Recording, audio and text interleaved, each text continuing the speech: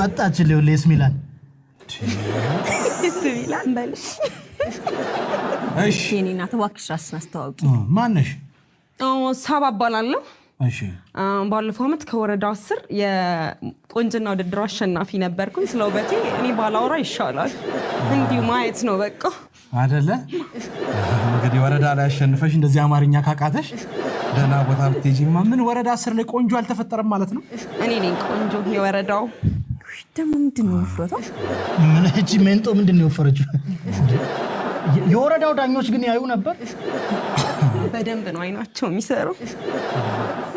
በጣም ያዩሽ ያው እኔ ይሄን ውድድር ሳሸንፍ በጣም ብዙ አታሸንፊም ወይ አይ ኖ ወይ አይ ህልሜ ሳትቀደጂ ብዬ አሸንፋለሁ ብዙ ህልም አለኝ አሁን ለእናቴ መኪና ገዛላታለሁ ለአባቴ ቤት ገዛላታለሁ ለሰፈርተኞቹ ደግሞ ምን ላድርግ በእናት ሽልማቱ ስንት ብር መስሏት ነው አልገባሽም መሰለኝ ሽልማቱ ይሄን ያህል አያስገዛም ይሁን በቃ ገዛላችኋለሁ ይሁን ለሰፈርተኛውም ገዛላችኋለሁ እሺ ትንሽ ተመናቀሪና ውጪ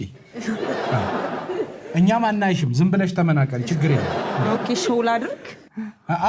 አዎ ኦኬ ሾው አድርጊ እሺ እኔ በዚህ ልክ መቋቋም አልችልም ባይ ዘ ዌይ ስለ ልብስ ያልነገርኳችሁ እንደምታዩት ይሄ ቀዩ መስዋዕትነትን ያሳያል ይሄ ነጩ ብራይት ነው እኔ ከሰፈሩ ሲልኩኝ ታሸንፋለች የሚል ተስፋ